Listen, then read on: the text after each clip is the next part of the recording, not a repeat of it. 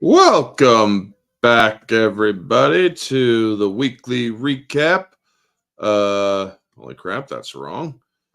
And I completely started this not prepared, so whoops, been slacking. But anyway, welcome back, folks. It's your buddy Orange Hat here to bring you another video or stream in this regard. It's the weekly recap. So, before I get started, thank you to everybody who has been helping get my watch time up. I am still under 100 hours needed before I finally hit the threshold of 4,000 hours. So if you can help me, I do appreciate that. I could also trying to get to 2,000 or 2,000 subs before the end of the year.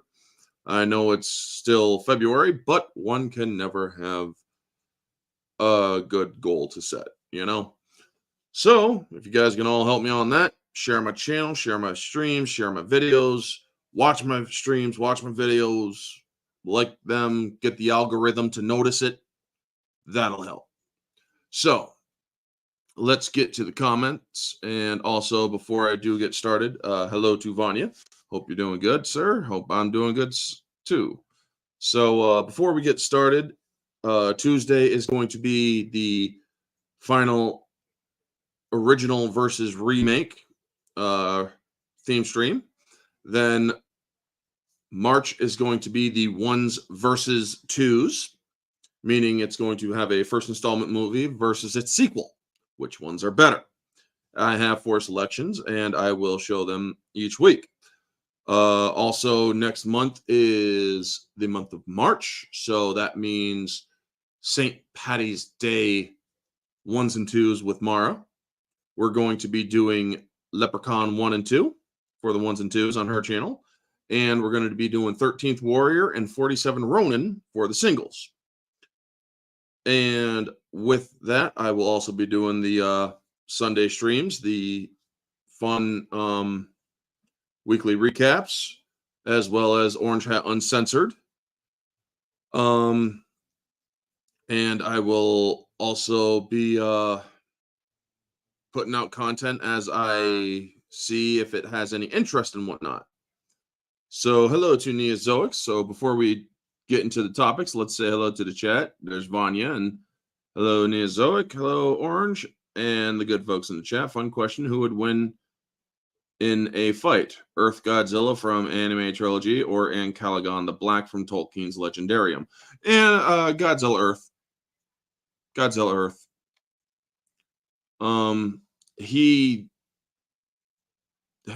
They tried killing him in so many different ways, and it doesn't work. Ancalagon lost 2 birds and an elf in a boat. So, as much as Ancalagon is awesome, he was a very big dragon. Godzilla Earth would wreck his shit. Yeah, Godzilla Earth would wreck him. So, with that out of the way, let's get into the chat.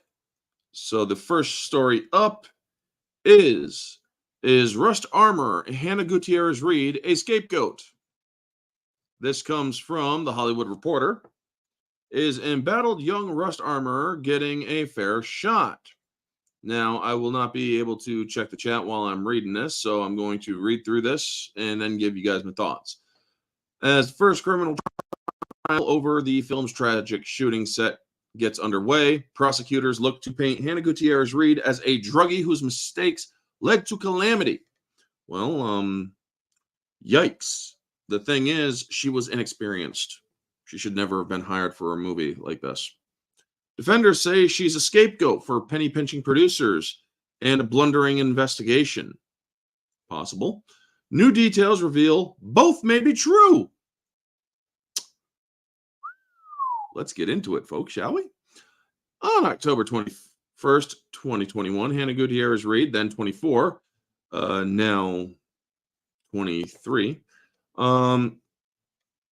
arrived, or now 26 rather, arrived at Bonanza Creek Ranch just south of Santa Fe, New Mexico, an hour or so before sunrise, and reported to her job as the armorer of the props assistant on the set of a low-budget indie western Rust.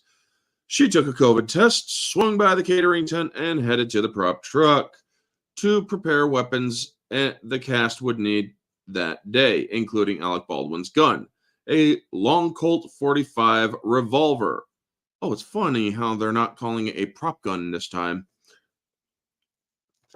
Which she loaded with what she said she thought were dummy rounds. I've done research, folks, and a dummy round is solid. A blank round has a little bit of primer in it, plus a little thingy to shoot off the tuft and whatnot to create the flash and the bang. A live round, well, everybody knows what a live round is. A dummy round does absolutely nothing.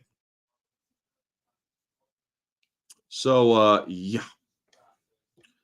When the first assistant director, David Halls, called for Gutierrez on a walkie-talkie, she walked to a church set on the edge of the ranch's mock western town and approached Halls, seated in a pew with the director of photography, Helena Hutchins, with the director, Joel Souza, conferring about the schedule. The morning, most of the camera crew had walked off in protest of their working conditions, and the remaining crew were scrambling. Yeah, the reason why they walked off was because people were using the guns for plinking.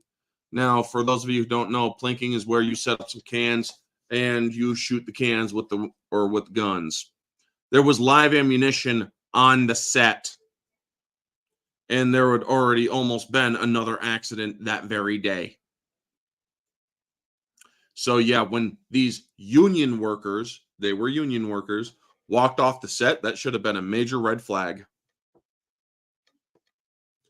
So, and the remainder of the crew was scrambling. I told him I needed a weapons check, and he said, "We don't have time," Gutierrez-Reed said of Halls, according to the testimony she gave New Mexico's Occupational Health and Safety Bureau, OHSB, in December of 2022.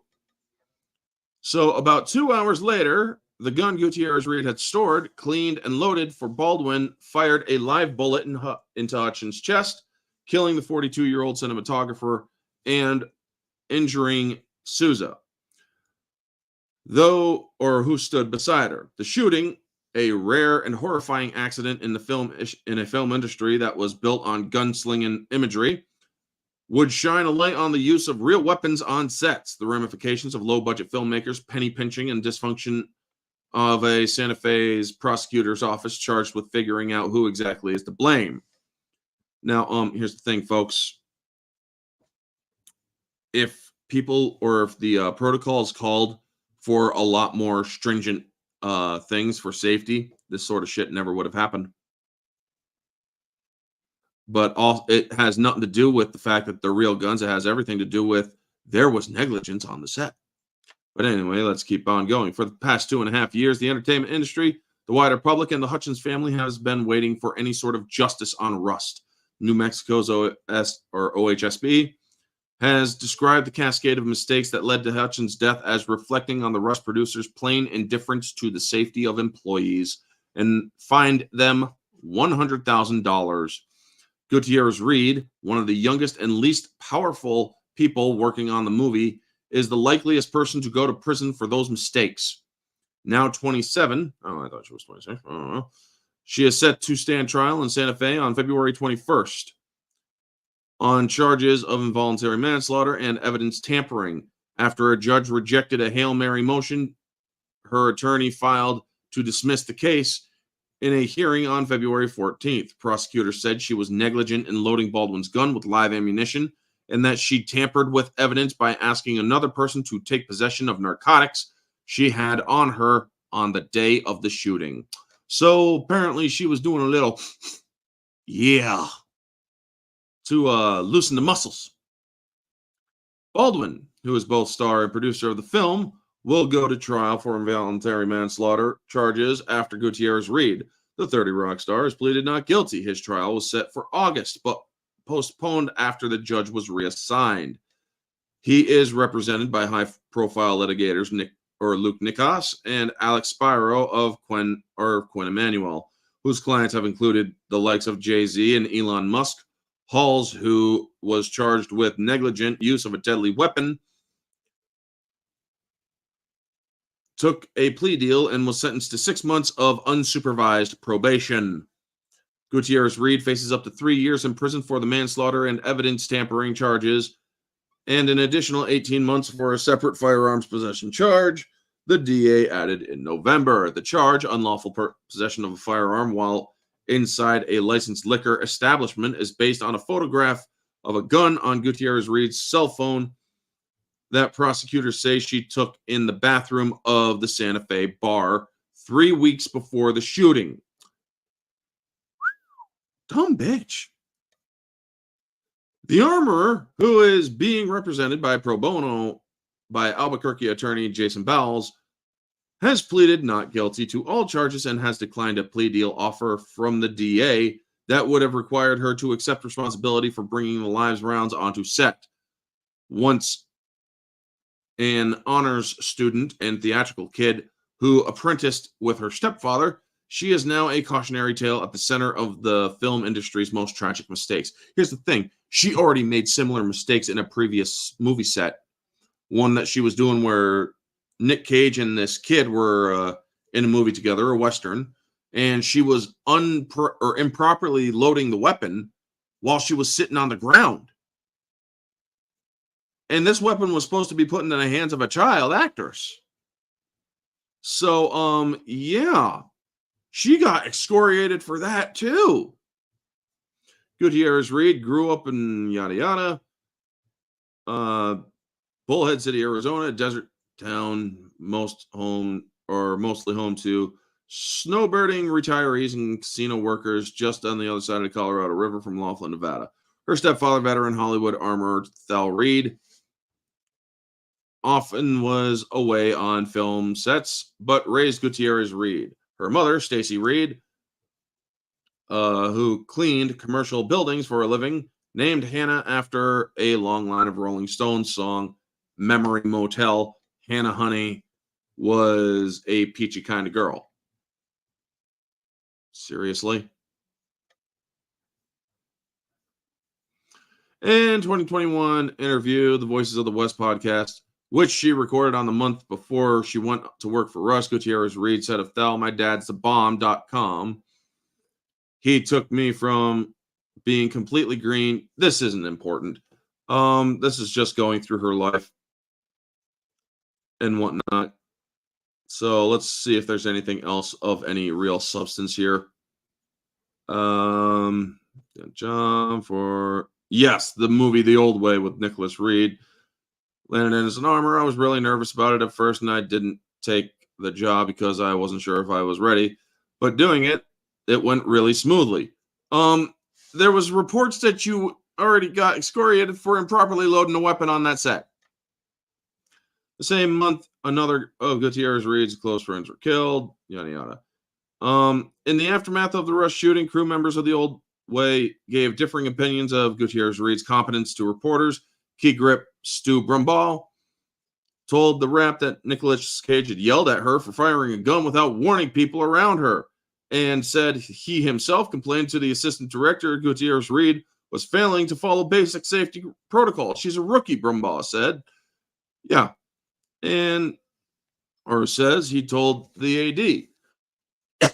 But the Old Ways prop master, Jeffrey Curl, Gutierrez-Reed's boss, told the Los Angeles Times, my skepticism of her initially about her lack of experience was allayed after I'd worked with her. I thought she was exceptional. As a female armorer, oh, Jesus, here we go. Stop.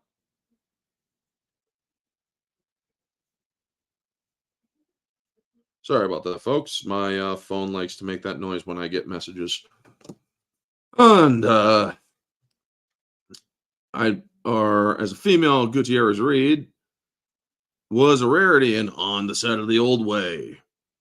She said she found that the actors with questions about her guns would often go first to Crow. I'd be like, don't look at him, look at me.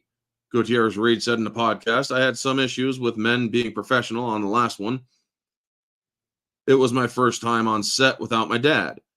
There was a little bit of sexual harassment going on. Oh, well, of course there was. I really thought that was kind of over after Harvey Weinstein. Well, don't you, or didn't she also have an OnlyFans? Could have sworn she did. So after she finished making the old way, Gutierrez-Reed began to professionalize her operation. She applied to become a member of IATSE and printed up a new business card that read, "No son of a gun," with her picture on them. In the picture, she was a white blonde hair, winged eyeliner, and upper lip piercing. Yeah, real professional looking. She's wearing black denim with brown leather gun belt around her hips and an ammunition belt slung over her shoulder and 2 revolvers in her hands crossed over her chest. Of her experience on the old way, Gutierrez-Reed told the podcast it was a really badass way to start off a really long and cool career.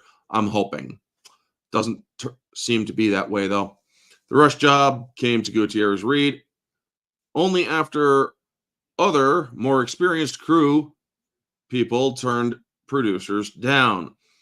According to the copy of Rust Production, the budget obtained by the Hollywood Reporter dated September 9, 2021, the $7.3 million film was originally scheduled to have an armor supervisor who would have made $7,913 and an additional armor crew member who would have made $7,469. Before Gutierrez-Reed was hired, producers eliminated the armor crew member position and combined the armor supervisor job with the prop assistant, taking what had initially been budgeted as 2 jobs, managing the weapons and gun heavy film, and compressing them into a half a job. Prop member Neil Zoromsky told NBC's Today, "I turned the job opportunity down on Rust because I felt it was completely unsafe." With more experienced crew balking at the level of responsibility, Rust hired Gutierrez-Reed after being referred to her by Seth Kenny, the owner of PDQ Props, the weapons supplier for the film, who was a family friend of the Reeds. Within a year, Gutierrez-Reed would be filing a lawsuit against Kenny, alleging that that he provided a mix of dummy rounds and live bullets. She has since dropped the suit, and Kenny is expected to testify as a witness of the prosecution in her trial. On Rust, Gutierrez-Reed would be responsible for the $12,500 worth of rented guns and $5,000 worth of ammunition the film planned to use, as well as assisting prop master Sarah Zachary on making the transporting props. And tasks like authentically vintage-looking cigarettes for the actors. Zachary, who is Gutierrez-Reed's boss on the production, signed a cooperation agreement with prosecutors in October, agreeing to testify at the trial in exchange for immunity from prosecution. They are really going after her hard, throwing her under the bus. Before production started, Gutierrez-Reed had held a training session for dozens or so actors whose roles called for them to handle guns, and the Baldwin was not able to attend. "I was very impressed by the training session," Halls testified. She made sure that all those actors were holding the gun properly, pulling it out of their holster. They only shot blanks. Gutierrez-Reed held a private training session for Baldwin at the church. "I walked in and I said, 'All right, Alec, I'm going to be your armorer. We're going to go over how to shoot all your weapons, how to load them, how to make them safe. We're going to make sure that you really know and that you look like you know what you're doing." Gutierrez-Reed testified to the OSHP. She said that Baldwin spent much of the planned sessions on her phone, texting, FaceTiming his wife and children, and having his assistant shoot video of him with the guns for Instagram. After the session, Gutierrez-Reed said she requested the producers to grant her more training time producing, or particularly with Alec, just because his role is so gun heavy, and I wanted to make sure he was familiar with the weapon. "Why didn't you just tell them the truth? He was fucking around and wasn't paying attention. I told them that he needed more time to practice his cross draw because I didn't want to have him to have complications with it on filming day. She didn't get the time." So yeah, cutting safety corners, as I have reported on several times. So this just goes further into it. I mean, folks, yeah, this is a very long article. So essentially, the point is they are going hard after her. And they are, hey, fuck Norris, good to see you. They're going hard after her, but she is also not going to go down without a fight. She is going to testify to all that she knows. I mean, honestly, she should have freaking took the deal. And she should have took a deal that offered a little bit more, I don't know, like immunity or something for testifying against Alec Baldwin.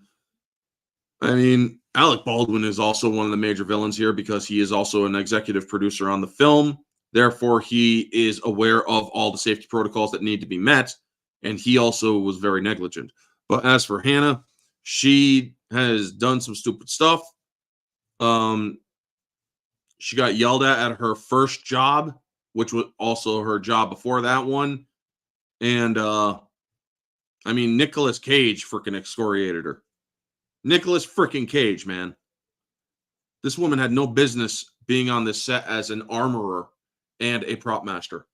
Not if she is that inexperienced. I mean, more experienced people were turning down the role because they said it was unsafe. So they decided to cut corners and costs and say, okay, well, we're going to hire a more inexperienced person. Fucking retards.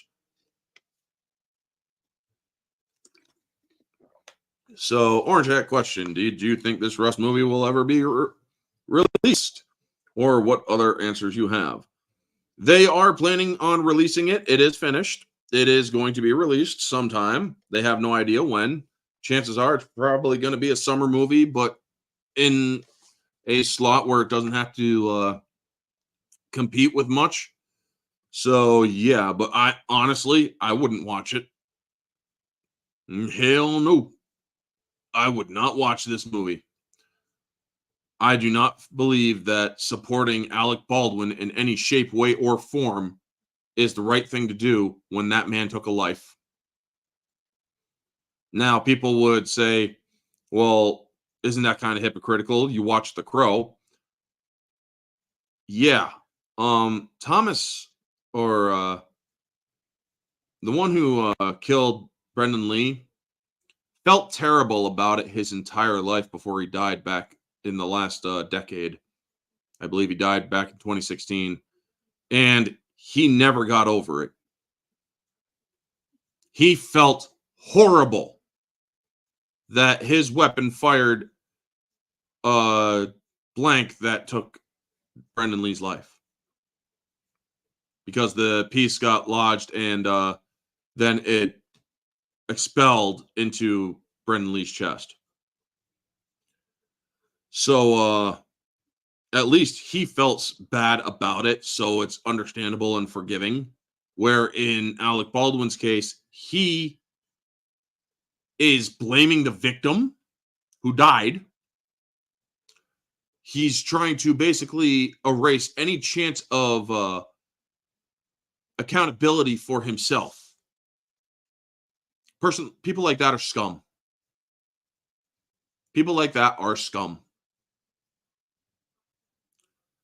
So those are my thoughts on that. The next are, hold on one second. What is the next one? Yep. So this next one, we will get rid of that. So the next banner. Woke Inclusion Initiative complains about balanced movies with female leads. So, yeah, folks, 2023 marked historic low for women in leading film roles, according to new study. This is an industry failure. Well, let's get into it, shall we? The latest USC Annenberg Inclusion Initiative report reveals that 2023's top grossing films featured the same number of girls or women leads as 2010. Yeah, and In a year when the box office was dominated by the $1.4 billion grossing Barbie, produced by its star Margot Robbie and directed by Greta Gerwig, the billion-dollar fluke, as I call it, one might expect to find a plethora of other hit films led by women and girls among Hollywood's top earners. However, 2023 marked a historic low for women in leading roles among the year's 100 top grossing films, according to the latest USC Ansberg Inclusion Initiative report. Researchers led by Dr. Stacy L. Smith found major regression in terms of representation, with only 30 movies featuring women and girls in the lead of or co-lead roles. That feature marks a sharp downturn from 2022, which tallied 44 films, and a number identical to that in 2010. Well, here's a question. Were those movies any good? Did they have any sort of draw in the box office? Right. You might want to think about whether or not they're any good before you start laying blame or sexism. This is a catastrophic step back for girls and women in film. Smith stated in a press release describing their research findings. In the last 14 years, we have charted progress in the industry. So to see this reversal is both startling and a direct contrast of all of the talk of 2023 as the year of the woman. Yeah, the year of the woman led to massive box office failures. Disney lost $1.3 billion in losses alone when it came to entertainment. Movies specifically. They lost even more when you dial in the Disney Plus series that they lost money on. Closer to $2 billion then. And yet, but women need to be more leading in film. They can lead in the film if they can prove that they're good. I have no problem putting a woman as a lead in a film, but I'm going to make damn sure that the movie is not going to be some stupid ass promotion of strong, independent women. It's just going to be the woman doing her goddamn job, making the movie look good. If she manages to do that, that's all that matters. I'm not going to have them go out doing a bunch of marketing campaigns and interviews saying, oh, strong women this, first woman that, and all sorts of other shit. That's the main problem that they had. They kept on pushing those stupid narratives, and that's why people didn't watch their films.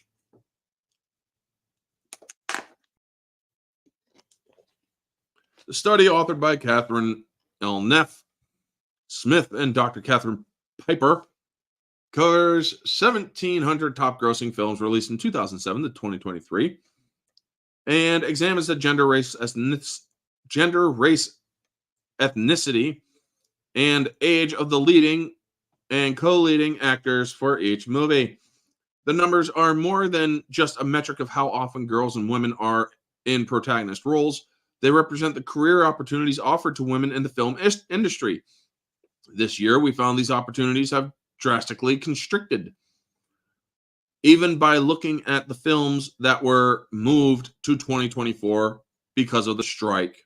We cannot explain the collapse of women's co-leads in 2023 other than to say that this is an industry failure. It is an industry failure. Do you want to know why? Because the industry betrayed the audience. They kept on pushing woman power. Men are pathetic. Men are weak. That's their version of a strong, independent woman. One who can be better than men at everything and anything. When that's just not the case. Women are good at some things, better than men at other things, and men are good at some things and better than women at other things. There is a natural balance that Hollywood tried to violate, and violate it they did, and therefore they suffered the consequences of reality. Researchers noted some progress, including the fact that 37 of the top 100 grossing or top grossing films were led by an actor in underrepresented racial ethnic groups, increasing from 31 in 2022. However, these did not translate to women of color. Aww, poor baby. Who were the protagonists in just 14 movies, down from 18 in 2022, and thought that figure is substantially, or though that figure is substantially higher. Jesus Christ, learn to edit better, Variety. Then 2007, when just one movie was led by a woman of color. In order of the box office receipts, those 14 women were Halle Bailey, Dominic Fishback, Leah Lewis, Melissa Barrera, Ariana DeBose, Fantasia Barrino, Jesus, Sophie Wilde, Storm Reed, Salma Hayek, Lana Gondar, Ashley Park, Ayo Edebiri, Nicole Sakura, and Greta Lee. Variety has confirmed Killers of the Flower Room, starring Lily Gladstone, would become the first Native American woman to be nominated for the Best Actress at the Academy Awards, is categorized as a supporting character for the purpose of this study. The film industry continues to not show up for girls and women at the backpedaling on progress for women of color in the leading roles is disappointing. Here's the thing. They tried that with The Woman King. You want to know what they did with The Woman King? They violated history. They actually tried to rewrite history.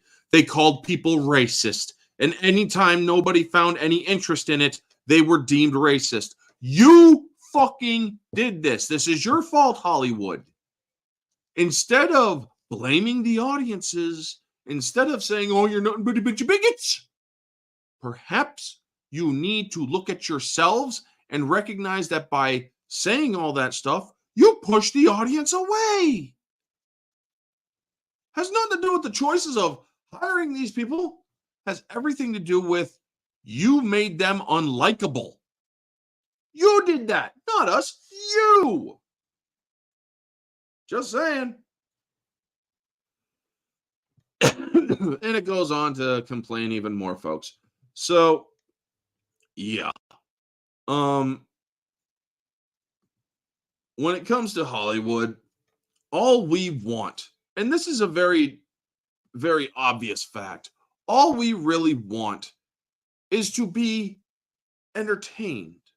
All we really want is to see a movie that is interesting, that also has a good story, that makes people not check their phones, because if I'm in a theater and if I pick this up to click the time to check the phone, that means that the movie is freaking boring.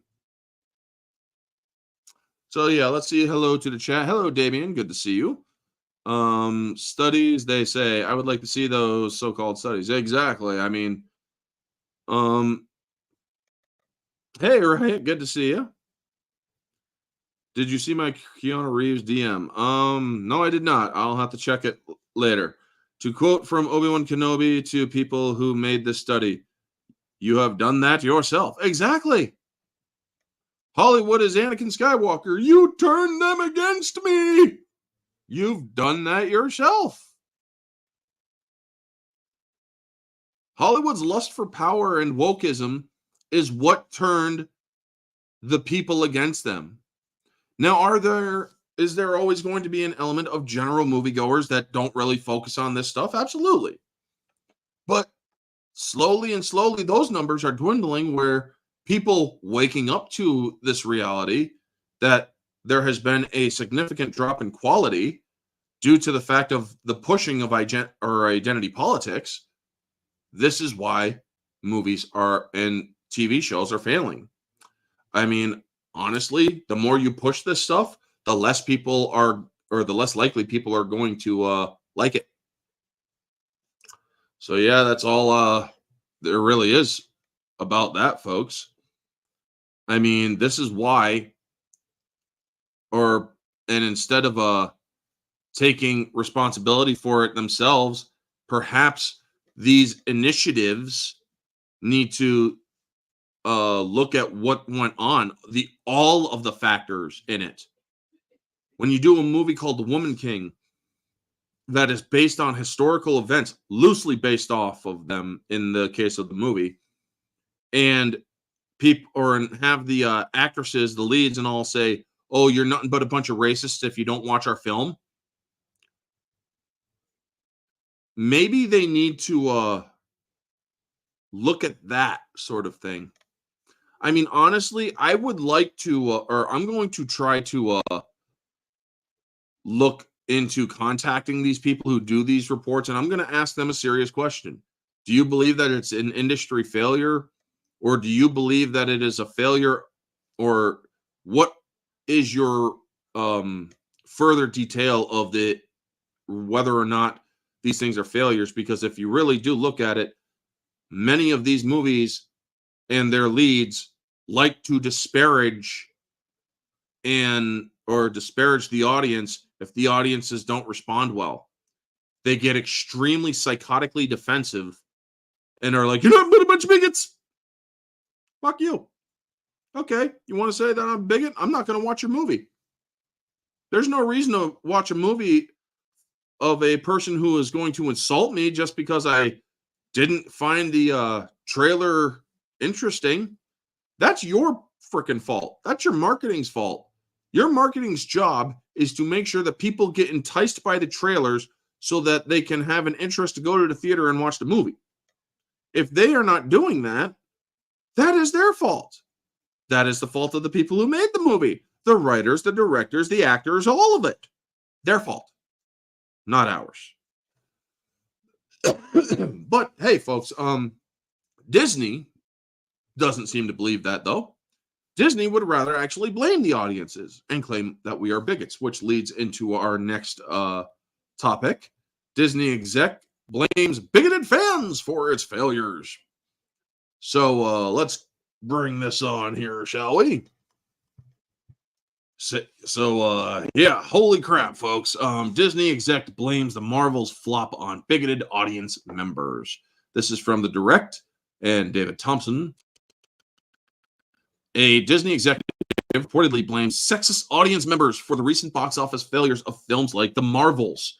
The lowest earnings MCU movie of all time is The Marvels, earning just $206 million worldwide. Its poor performance wasn't on Disney 2023's bingo card heading into the promising theatrical year. Ultimately, Disney was outgrossed by Universal Pictures at last year's global box office, and the disappointments like Indiana Jones and the Dial of Destiny, Haunted Mansion, and Wish outweigh successes like Guardians of the Galaxy Volume 3.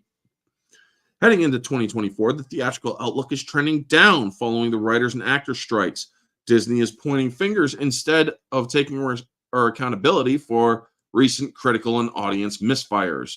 Disney exec calls out bigoted fans. Matt Belloni, an entertainment reporter for Puck, recently published a newsletter with a statement from an unnamed Disney executive. Belloni explained this message from Disney exec responded to a recent article he published which covered whether the politicization of the Disney brand impacts box office. This was met with a relatively harsh response from the executive, targeting politicized audience members who equate the perceived messaging in a film as a quality issue. It is a quality issue. We don't want that in our movies. Everyone says if the movie's stupid, which is an easy thing for people to say. More appealing movies are a great way to jump the political issues. No, they're not. But more and more, our audience or a segment of the audience that has been politicized equate the perceived messaging in a film as a quality issue. Well, it is a quality issue. We go to the movies to escape. We don't go to the movies to have the shit rammed down our throats, to be reminded of the stupid retardation of real life. In terms of recent quality, Disney's animation Wish, starring Ariana DeBose, received a historical low 48% critic score on Rotten Tomatoes. Not that Rotten Tomatoes is any is of any real quality. I prefer criticless, where the people themselves give the scores, and they are not censored for it. Shout out to criticless, by the way, folks. The message also highlights other female-led films like The Marvels and Star Wars starring Daisy Ridley, while noting that they believe audience members won't say they find female empowerment distasteful. However, they will say they don't like the movie those movies because they are bad.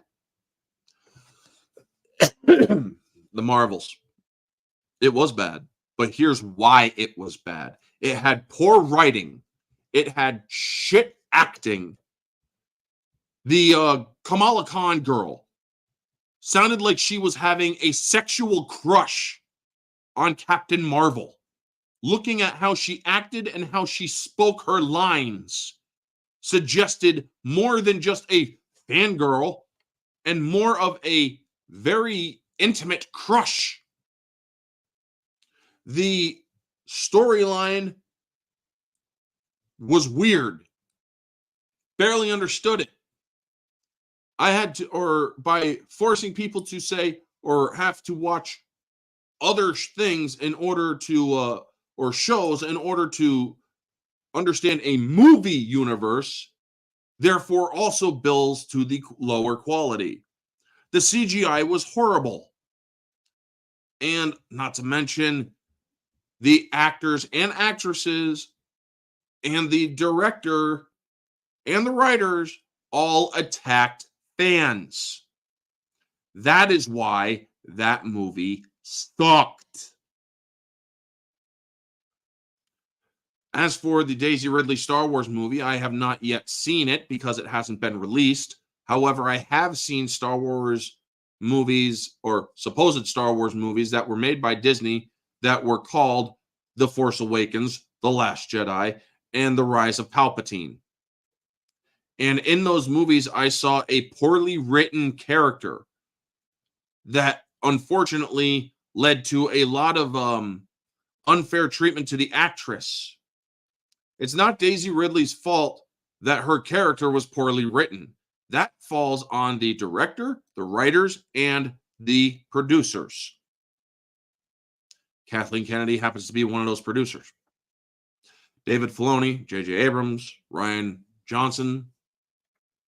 Those people are to blame for the character of Rey and her pathetic character growth.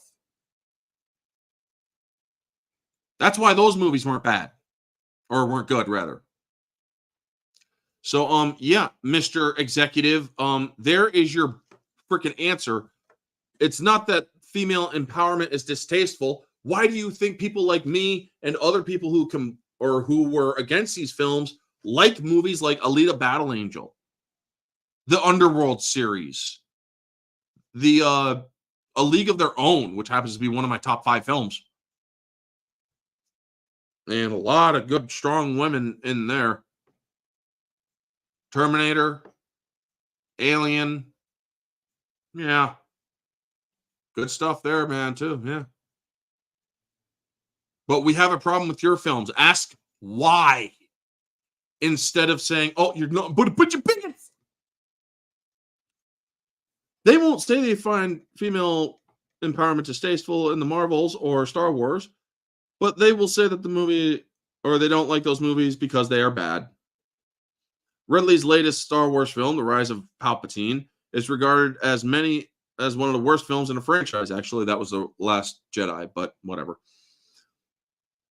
The Marvels isn't as maligned. It earned the worst cinema score of any Marvel Studios movie. The anonymous executive ended the message by stating that the audience asking for Disney to make movies better actually means make movies that conform to regressive gender stereotypes or put men front and center in the narrative.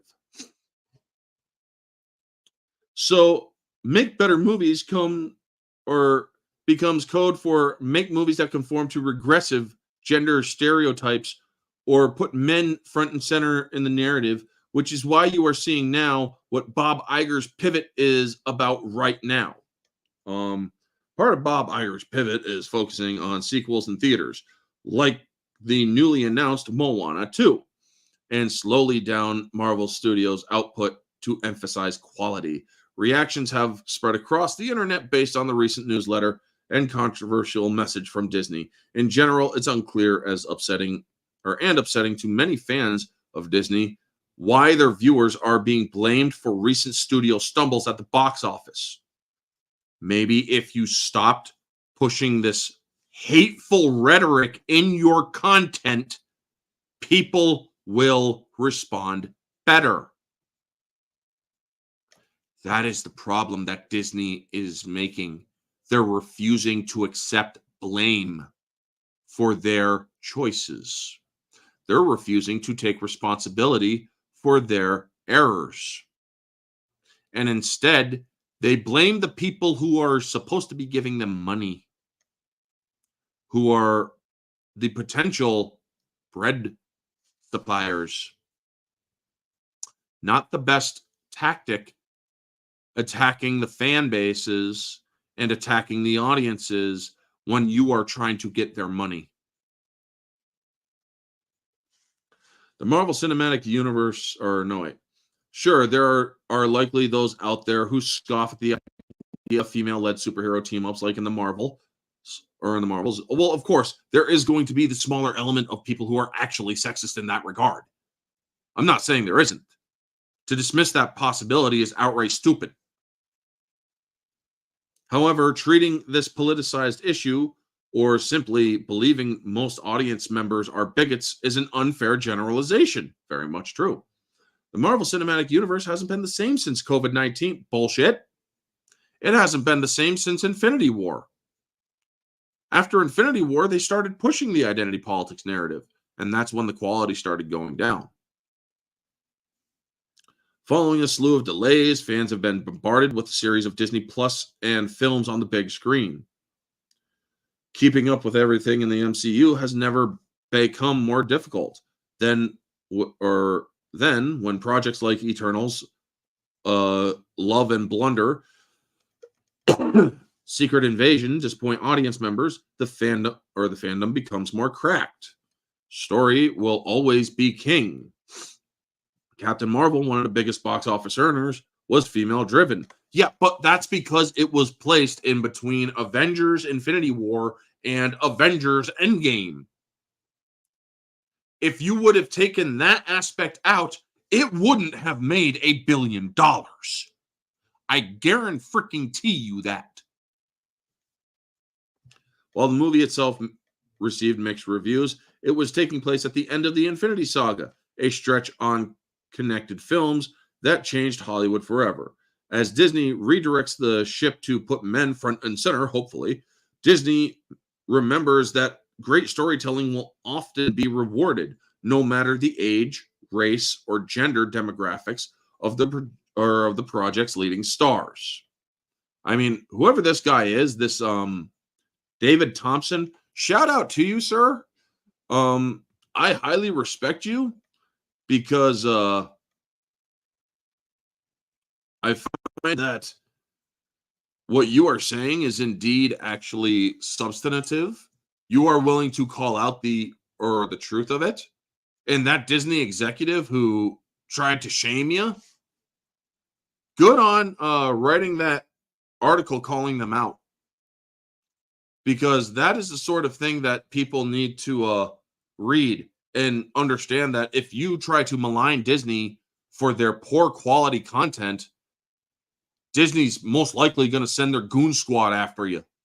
And their goon squad also includes their executives, it seems. So yeah. Let's see what's in the chat here. And like a petulant child, Disney will face the music sooner or later. You're darn right.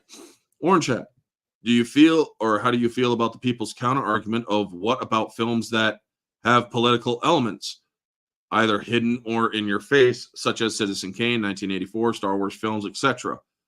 I've never seen Citizen Kane. I've never seen 1984. The Star Wars films that I have seen did not have political messaging in them. They took inspiration from historical situations.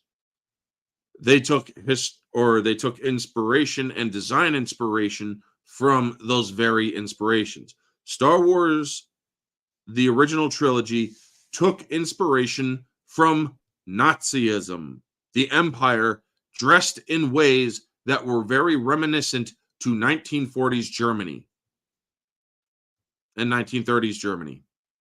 They also showed that a rebellion against an empire, which, yes, took a little bit of inspiration from the Vietnam War, how a weaker element can stand against a more superior foe and win. There was no politics involved, just historical context. As for the very first, or the prequel trilogy, how a republic falls to become an empire. Look at Rome. Look not at recent Bush era politics, but look at Rome. They had a Senate that squabbled, and it fell to the rendition of the Caesars, or the Caesars, not seizures. Whoops, the Caesars. If you look at history, you will find that Star Wars was based on history, had inspiration from history. It did not get political.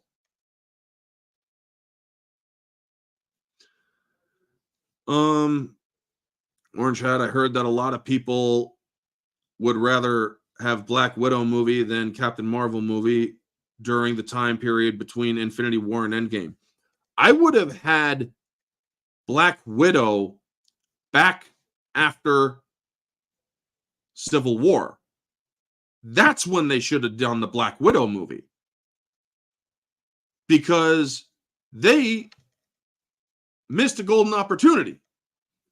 Instead, they wanted the activist Brie Larson, or as I call a hacktivist, because she's a hack and an activist. They wanted her to be the hero. I remember the time when Rotten Tomatoes shut down their entire website. I was on the website when they did it, just to protect that film. When people were simply saying that they weren't interested in seeing the movie, they weren't review bombing it. They were simply saying, we're not interested. There was an option on the website, folks, that said interested or not interested. People were clicking not interested to the point where it drove the interest of the movie down to like 20-something percent, like 26 or 27%. And it was in the thousands. And then I went to refresh to check on that, or to check to see the stat, and it says the website has been, or this website has been temporarily shut down. And then the website is back up like an hour or so later, and there's no longer the option to click whether or not you're interested. It seems that they had a big problem with people making their voices heard. So they went the fascist route. They silenced the people. I don't know who is the most childish company right now, Disney or Niji Sanji. I don't know what that Disney or what that company is, right? So I'm sorry. Probably Disney. Well, yeah, of course Disney is the most childish. They are having the biggest problems right now because they have people who are wanting to sue them for breach of fiduciary duty and contract. If I was a shareholder of Disney, I'd be suing them. They have investors suing them. They have shareholders suing them. And they also have this guy that's a friend of Elon Musk coming in and saying, we're going to need multiple board members to fix this issue. And we will get you back on track. What they need, I don't think that guy's going to fix Disney. Disney is, unfortunately, has people like from BlackRock and all those other corporations backing them financially and whatnot. But the problem is, I got one more, Conroy. It's going to be the Rachel Zegler thing. But I'm not going to need a article for that. I will be discussing that freehand. But the thing is, Riot, they're going to have to do all sorts of stuff.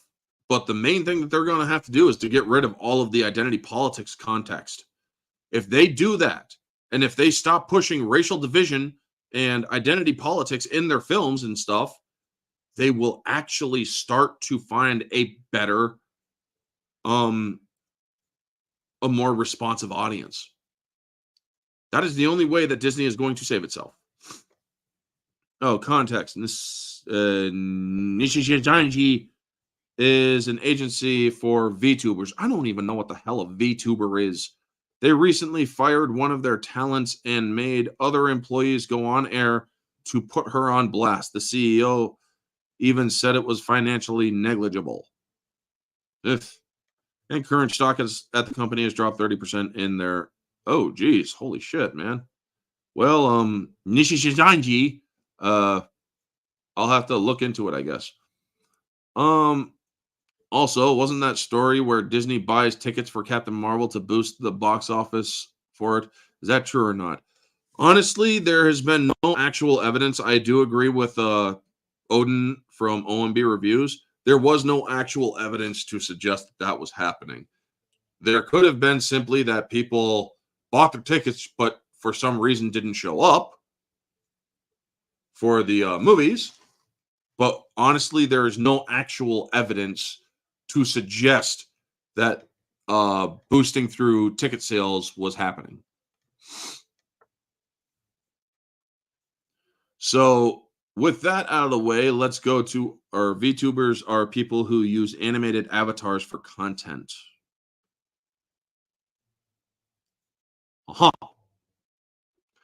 I have no interest in VTubers, as me and many others were fooled by one such person. And we thought that person was actually somebody else, and they lied about their identity. So that's all I will say on that. So moving on to our next or our final thing, I will also be giving another story update on my Marvel thing too, by the way, shameless plug. But this next one I am freehanding. Rachel Zegler wins Best Action Star for no reason. So the People's Choice Awards happened, folks, and Rachel Zegler won for Ballad of Songbirds and Snakes, or oh God, did I just seriously? Ballad of Songbirds and Snakes, not Songbirds and Snakes. Holy crap. Boy, I'll just say that was weird. But anyway, she won Best Action Star for that, where Keanu Reeves fell down a huge flight of stairs. And yes, that was actually Keanu Reeves that did, not a stunt double.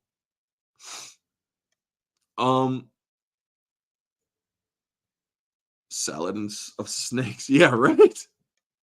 Also, you have what's his name?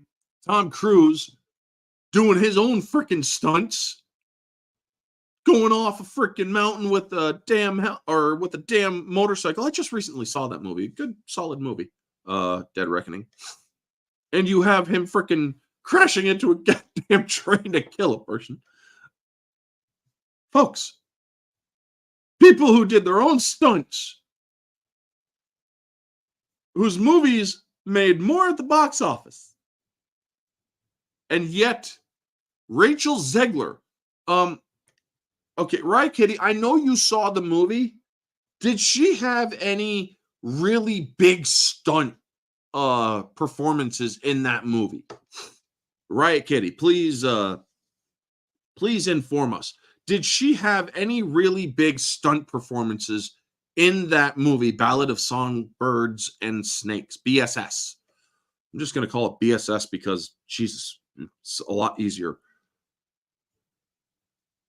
I mean, it's such a tongue twister. Ballad of Songbirds and Snakes. Ballads of Songbirds and nope, I can't even say it twice without screwing it up. They must have CGI removed the safety gear on Tom Cruise.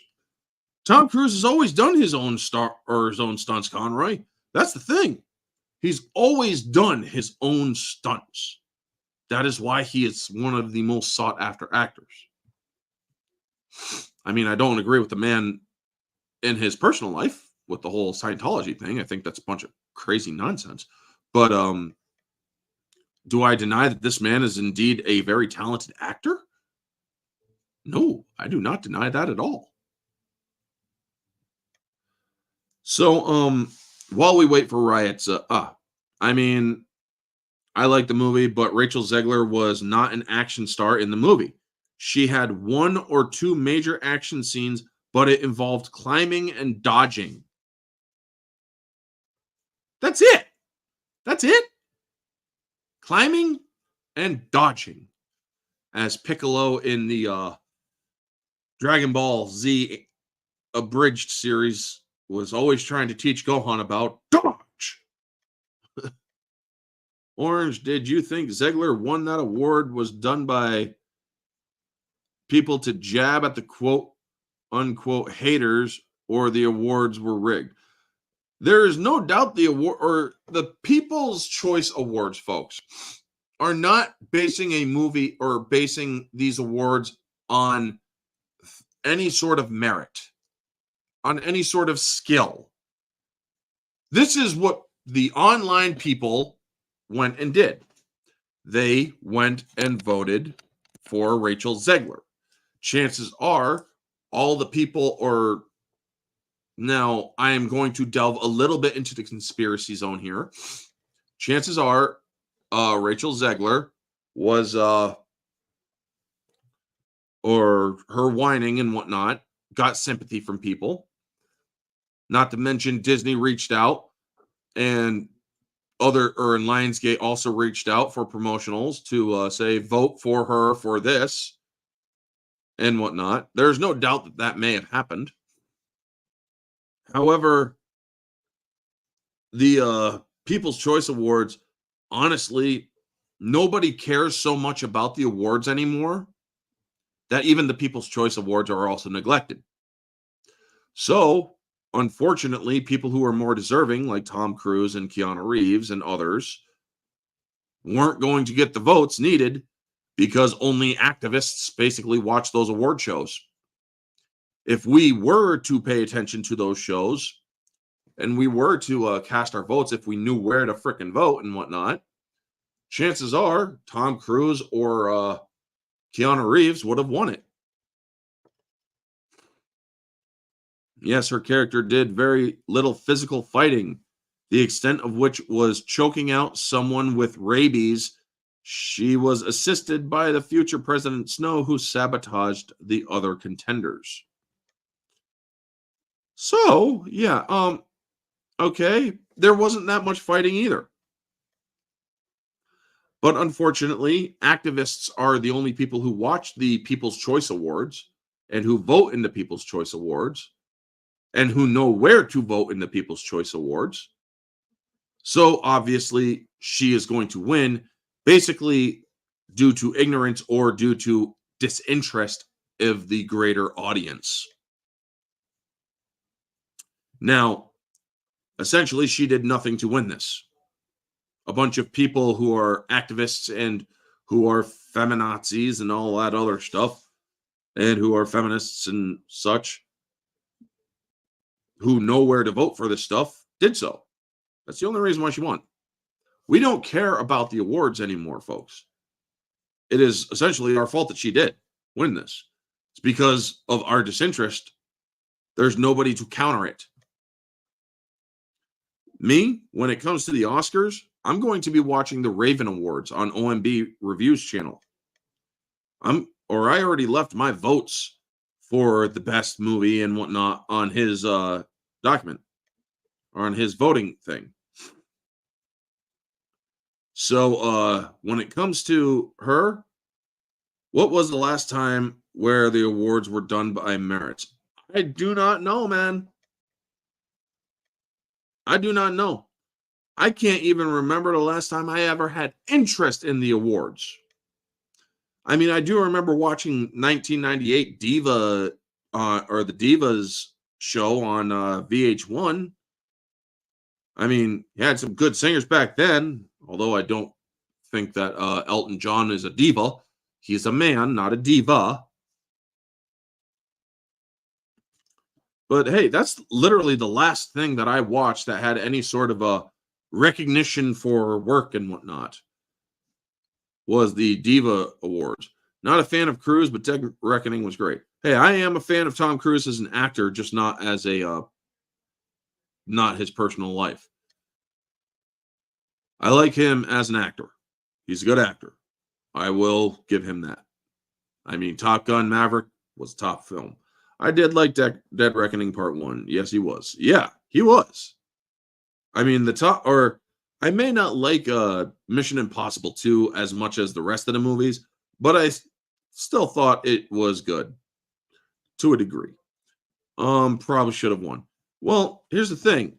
Again, because of our own disinterest in the awards, because they're just not, or we all know that they're a bunch of circle jerks. Everybody, or all these celebrities standing in a row, reaching down to the other celebrity and just giving a little wank or a diddle or a bean flick or any of that. It's basically just a circle jerk. It's a circle jerk orgy of a bunch of celebrities in Hollywood. Yes, I know I'm getting inappropriate, but that is essentially what it is. It is nothing but them stoking each other's ego and stroking their egos. Stoking and stroking. That's all there is to it. Oh my. And it's because of that that they have destroyed any interest in these things.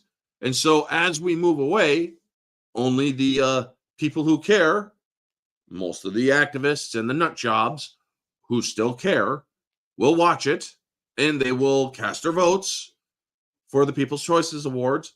And it's because of the activists who will vote for the activists and not the real merit. Those activists will win.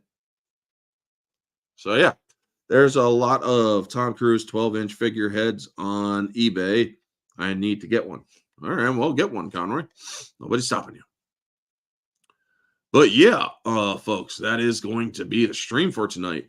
Or no, wait, I'm not done yet.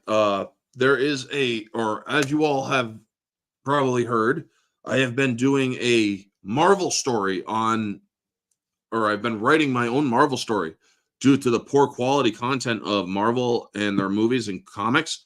I decided to write my own, and it's called The Cleanse. It's no longer called The Hunt, it's called The Cleanse, and it's basically about a character who has been sent to a tainted universe in the multiverse to cleanse that universe of the heroes turned villains. The Avengers are not called the Avengers, they are called the Overlords. And it's no longer called the Avengers Alliance, it's called the Overlords Alliance. Mutants like Charles Xavier have been killed. The X-Men are all brotherhood of mutants. The Spiders, meaning Spider-Man and many different members of the Spider-Verse, because it was a tainted pocket of universes. And you find out in the story what causes the taint. You also later in the story find out who the character is, the protagonist. There are small hints sprinkled in. If you want an actual link to it, hit me up on Twitter or Facebook if you're friends with me.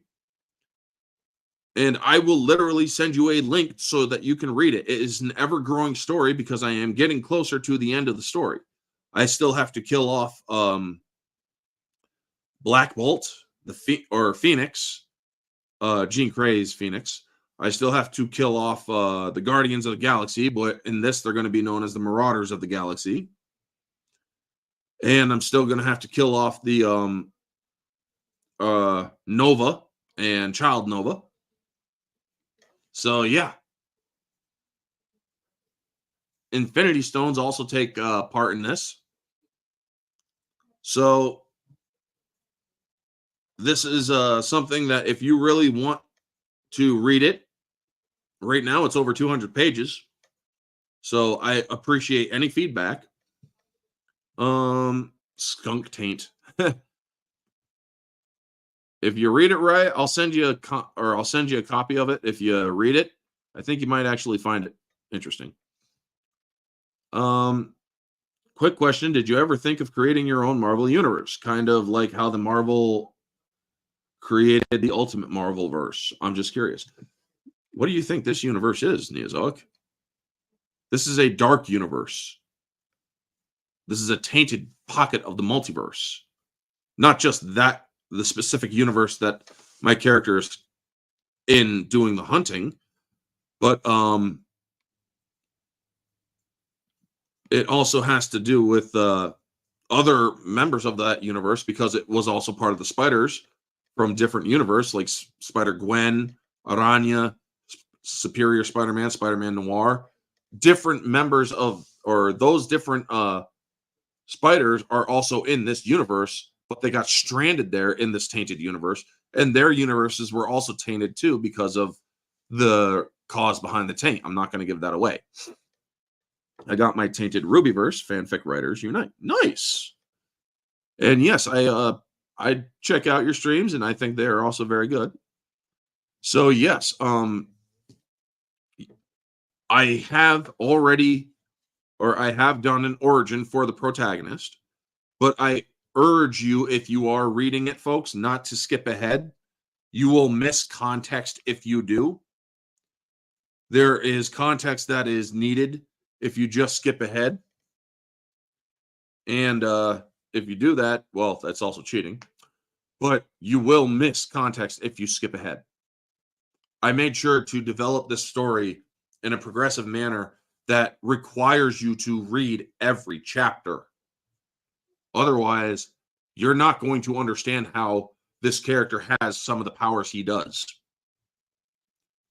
So, one of the interesting parts about this character is he learns through visual information.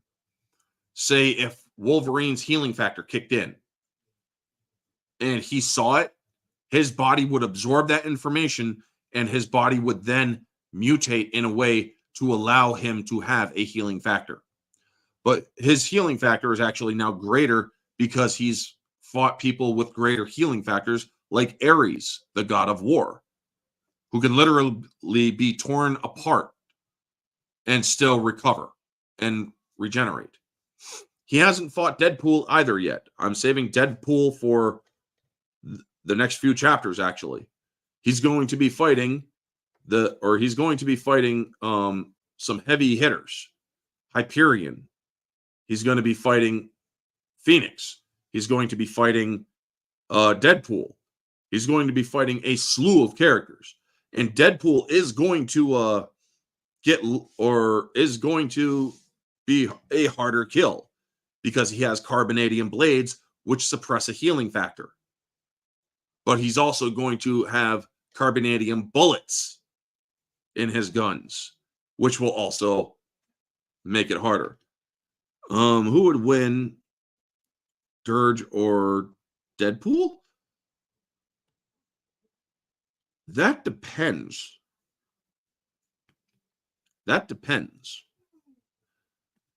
While Dirge has 2,000 years of experience in fighting. He is like thousands of years old. And it took literally being thrown into a sun to kill him. Where with Deadpool, you can kill him by cutting off his head and then destroying the head completely. Deadpool can be killed. You also got to hit him with his own carbonadium and shit. But yeah, if you want, or if you have any interest in this story, folks, let me know on Twitter or X or whatever. I will send you a link. It is a Google document. And take it easy, Riot Kitty. Thank you so much for coming on, or for being in the chat and whatnot. So if you want this, there's even pictures of the characters as they would look in the story. There's even a picture of the character himself later on in the story to show you what he looks like. Dirge is an animated inspired mutant thing. Yeah, I know exactly what Dirge is. Dirge is actually one of the cooler characters I liked in the EU. But yes, definitely hit me up if you guys want to read that story. Anyway, take care, Orange, Vanya, Norris. Yep, thank you to all of you guys. Neozoic, Vanya, Fuck Norris, Pierce, Geek Detective. I noticed you were there too. Riot Kitty, Conroy, and everybody else who has been in the chat. You guys are all freaking awesome, folks. Make sure you hit the like on your way out and share the stream as a replay feature. Thank you all so much for tuning in. Remember, Tuesday is the Mortal Kombat versus Mortal Kombat, original versus remake. And then I'm going to be on the Barroom podcast that night.